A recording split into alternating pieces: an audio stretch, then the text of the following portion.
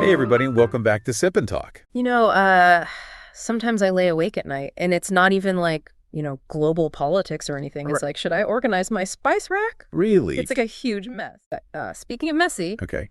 did you see those reports about stuff happening in the Taiwan Strait? Mess over there. It is a little messy. Yeah. It's like way less about, what we're going to have for dinner and more about like international, stuff. Mm-hmm. China's calling out people in Taiwan, like, what were they calling them? Yeah, the Taiwan independence diehards. Yeah. It's pretty intense. It is. We looked at a bunch of articles like Human Rights, the Washington Post, even some stuff coming out of Taiwan, and it seems like seems like things are escalating. Things are heating up over there, for sure. Yeah. And then there's also that whole thing about the mainland Chinese spouse who got deported from Taiwan because they support I know, right? unification by force. Yeah. It's like a geopolitical soap opera or something. Yeah, and I think what's really interesting right off the bat is this contradiction, right? Yeah. China is going after these people who support Taiwan independence, even threatening them with like the death penalty. Right. But then on the other hand, they're making a big deal out of Taiwan, deporting this person who advocates for unification through force. Exactly. It makes you wonder, what's the real motivation here? Yeah. Is it actually about this Taiwan independence problem, or is there something else going on? I think that's what we want to dive into today, because it feels like we're looking at a situation where what they're saying might not be what they're actually going for. Exactly. So we really want to give you the straight facts here and cut through all the noise. Absolutely. So is China really worried about all this support for Taiwan independence? Or are they using this as a cover for some other agenda? Right. And then what about this mainland spouse getting deported for views that, like, on the surface seem to be exactly what Beijing wants? It's really strange. It's weird. What are the inconsistencies in the narrative that we're getting, what doesn't add up here? And I think we also need to think about, for our listeners, what does China even mean when they say Taiwan independence die hard? Yeah. What does that even mean? And how does that line up with this idea of supporting unification through force? Right. Which, as we saw in some of these articles, really contradicts this whole idea of peaceful development across the Taiwan Strait. Yeah, it's like you can't be for peaceful development and also for, Right, invasion. Yeah. It seems like they're using language in a very particular way, maybe for their own benefit. You know what I mean? Absolutely. So let's look at this whole diehard list and this reporting platform that China has set up. What we found from the 2024 reports was that China issued these judicial guidelines to target people who they labeled as stubborn elements who support Taiwan independence. Wow. And it's not like a little thing. Right. They're saying they might give them the death penalty. That's really serious. Yeah. That's not exactly how you have a peaceful conversation. No, not at all. And this isn't just some theoretical legal thing either. Yeah. We saw reports about how Beijing launched this whole website back in August of 2024. Oh, yeah. Like, think of it as a digital tip line where people can report others for being involved in what China calls separating the country crime. Right. This includes current and former Taiwanese officials. So it's not just about policy, it's about targeting individuals. It is. It's like they're saying, okay, snitch on your neighbor if you think they're pro-Taiwan independence and we might lock them up for life or even execute them. Right. That's a lot. Human Rights Watch definitely raised a red flag about this, saying that China is basically expanding what they consider criminal when it comes to Taiwanese identity. Right. It's not just about actions anymore. Yeah. It's about what you believe in and who you are, at least as far as Beijing is concerned. Yeah, and it's almost like something out of like a dystopian novel. I know. But this is really happening. They're encouraging people to report their neighbors. Right. To report anyone they think supports Taiwan independence. Yeah. And they're making these lists. Wow. So they can come after them later. It's a pretty clear escalation in how China views dissent on this issue. Yeah, it's a big deal. It's a big deal for sure. And what's really interesting is how different that is from the narrative they're trying to push about that mainland spouse who got deported from Taiwan. Oh, yeah? They're saying that the Democratic Progressive Party in Taiwan is suppressing people who disagree with them. Right. They're saying that Taiwan has its own reporting platform, too. Although we didn't find as much evidence for that as we did for China's very public one. Yeah. And they're claiming that Taiwan is using this platform to target people who support unification. Interesting. It's like they're trying to present this picture to the world and to their own people that the DPP in Taiwan is this like super oppressive regime that punishes anyone who doesn't agree with their stance on independence. Yeah. They're trying to make these pro-unification people look like the victims. Right, like they're being silenced. Yeah, but the thing is, supporting unification through force, like this deported spouse was doing, that doesn't really fit with the peaceful development message that we hear from Beijing all the time. No, it really doesn't. It's super confusing if you're just trying to understand what's going on. Absolutely. And, to bring it back to our listeners, it seems like China is trying to have it both ways. Yeah. They want to punish people in Taiwan who even think about independence. Right. But then they act like Taiwan is doing something terrible when they deport someone who supports using force to make unification happen. It's all about manipulating how people see the situation, both internationally and within mainland China. Totally. So is the DPP actually, systematically silencing groups that just want peaceful relations between Taiwan and mainland China? Right. Because that's what China's trying to say, right? Yeah, they're trying to make Taiwan look like this authoritarian state that crushes anyone who even mentions unification. Right. But from the research that we looked at, it doesn't seem like that's true. Okay. There have been a few incidents, but the one that Beijing always brings up is the 2018 raid on the China Unification Promotion Party. CUTP, right? Yeah, CUPP. And the founder of CUPP, Chang Anlo, said that it was political persecution. But what we found was that this guy, Chang Anlo, actually had ties to gangs. Oh, wow. And the raid was part of law enforcement stuff related to anti-infiltration laws, not just because they had different political views. Yeah. So it's really important for our listeners to have that context. Yeah, it wasn't just the DPP being like, right. Oh, China, get out of here. Exactly. There were real legal reasons for it. Right. And it wasn't just about their stance on unification. Right. Plus, we got to remember that Taiwan is a democracy. That's a really key point. Yeah, people can have all sorts of political opinions there. And the DPP is mainly focused on keeping Taiwan's sovereignty, not shutting down every single group that wants unification. Right. That's a very important distinction. It is a really important distinction. And even the U.S. State Department, in their human rights reports, haven't said that the DPP is systematically suppressing groups that want unification. Right. So that suggests that what China is saying might not be totally accurate. Yeah, I think it's safe to say that. Right. Okay. So if China isn't really trying to solve this Taiwan independence problem, then why do they keep bringing it up? Right. Why is this their favorite topic? What's their strategy here? What's the point? This is where things get really interesting, I think. Cool. Because the articles we looked at, they highlight a few key reasons why the CCP loves to talk about Taiwan independence. Yeah. First of all, it's a really good way to get people in China riled up. Okay. By saying that Taiwan independence is this huge threat, they can really stir up nationalist feelings. Right. Which helps unite everyone in China under the CCP. And it also distracts from problems that they might be having at home.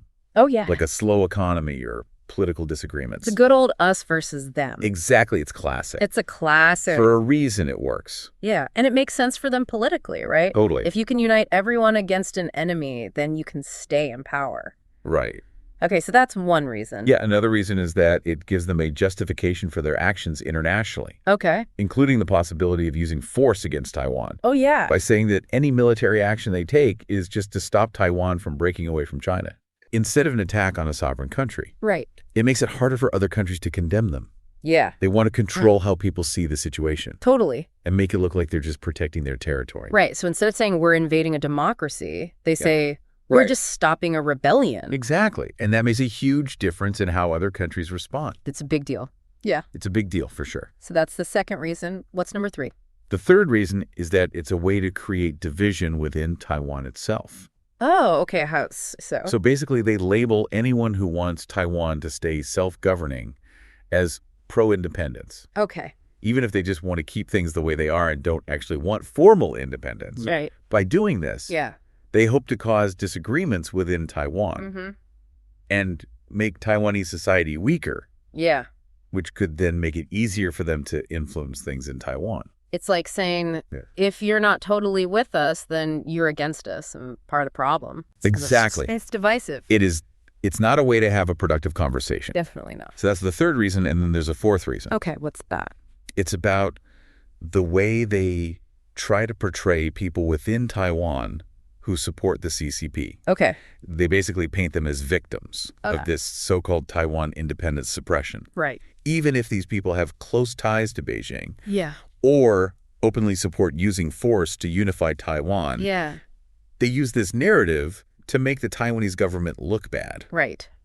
On the international stage and to get sympathy for their allies inside Taiwan. Right. It's all about information warfare and how they can shape the story to their advantage. So anyone in Taiwan who agrees with Beijing, even if their views are extreme, is made to look like they're being unfairly targeted by the pro-independence people? Exactly. It's all about manipulating how the world sees the situation. Absolutely. Okay, so we've got 4 reasons so far. The 5th one is about shaping the broader international narrative. Okay, tell me more. So by talking about radical Taiwan independence all the time, they can make it seem like the majority of Taiwanese people want this extreme change, when in reality, most people in Taiwan just want to keep things the way they are. Right. This makes Taiwan look unreasonable in the eyes of the world. Yeah. And less deserving of support. It's like they're trying to make Taiwan look like the bad guy. Right. Even though most Taiwanese people just want to live their lives. Exactly. It's really powerful. Yeah, it's sneaky, but it's smart. It is. Okay, so that's 5 reasons why do they keep talking about Taiwan independence. And last but not least, the 6th reason is distraction. Okay, how does that work? Whenever China has problems at home, like economic troubles or social unrest, they could just start talking about the Taiwan independence threat. Right. And everyone forgets about the problems at home. Yeah, it's like wag the dog or something. Exactly. It's a classic tactic. It is a classic tactic. Okay, so we've got these 6 reasons why China keeps bringing up Taiwan independence, but... Right. But there's this big contradiction. There's a contradiction. They say they want peaceful development. Yeah. But they also constantly threaten to use military force to unify with Taiwan. Yeah. China keeps saying that they want a peaceful resolution, but then they do military exercises near Taiwan all the time. Right. And they make legal threats like the 2024 anti-secession law. Exactly. It's like saying we want to be friends. Right. But just in case we've got this huge army ready to attack you. Yeah, it's not very reassuring. Not really. And most people in Taiwan don't want unification. Right. They're worried about losing their freedom and their rights. Right. They've got a good thing going. They do. And that's very different from the people in Taiwan who support unification by force. Totally. It's like 2 totally different worlds. It is. So there's this contradiction between saying they want peace, but also constantly threatening to use force. Right. There's also a contradiction in the fact that they claim Taiwan is part of China, but then they criticize Taiwan's democratic government all the time. Right. It doesn't make sense. If Taiwan is really a part of China, then why are they always putting down Taiwan's government? Good point. It's like saying, this is my house, but the people who live there are doing everything wrong. Yeah, exactly. It's illogical. Totally. And then there's this whole thing about how we're all one big family. Yeah. But most people in Taiwan don't want to be unified with China. They don't support it. It's not a popular idea. Not at all. So that's another contradiction. It is. Okay, so China's doing all this stuff. They're using these tactics, and their story has all these contradictions. Right. What are people in Taiwan supposed to do? Yeah. How do they deal with all this pressure? Well, the main thing is to protect Taiwan's democracy and freedom. Okay. That's the most important thing. Yeah, I agree. They also need to understand what China's doing. Right. And how they're trying to manipulate the situation. Yeah, they need to be aware of the information war. Yeah. Exactly. They need to know the strategies that the CCP is using. Like how they try to get people riled up in China. Right. How they try to justify using force. Yeah. And how they try to divide people in Taiwan. Okay, so they need to be informed. Exactly. Being informed is the best defense. It is. It's like knowing what your opponent is going to do before they do it. Okay, so be informed. What else? They should also focus on Taiwan's current sovereignty as the Republic of China. And the fact that most people in Taiwan want to keep things the way they are. Right. Instead of focusing on the label of Taiwan independence, which is something that China uses to their advantage. Right. It might be better to talk about how Taiwan wants to protect its democracy. And its way of life. Yeah, don't play into China's game. Exactly. Control your own narrative. Control your own narrative. That's good. Right. Okay, before we wrap up, we wanted to give a shout out to our friend Mickey. Oh, yeah. And his YouTube channel, Mickytolife. Great channel. He's doing some really cool stuff. He makes these awesome travel vlogs. I know. That will make you want to book a flight immediately. Yeah, seriously. And he does these hilarious unboxings of whiskey and other drinks. He's got good taste. He does. And he's also a really talented musician. Oh, yeah. He writes his own songs. Yeah. So if you want to see some cool travel stuff, learn about whiskey, or just listen to some good music, definitely check out Mickytolife on YouTube. You won't be disappointed. I second that.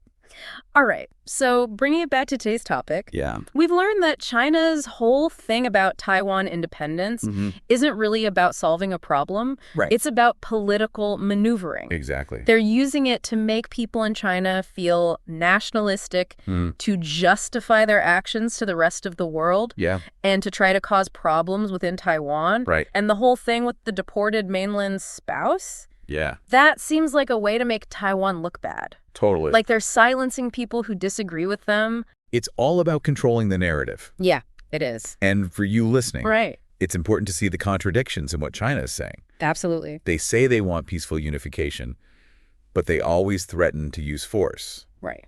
They say Taiwan is part of China, but they criticize Taiwan's democracy. Yeah. And they talk about being one big family, but most Taiwanese people don't want unification.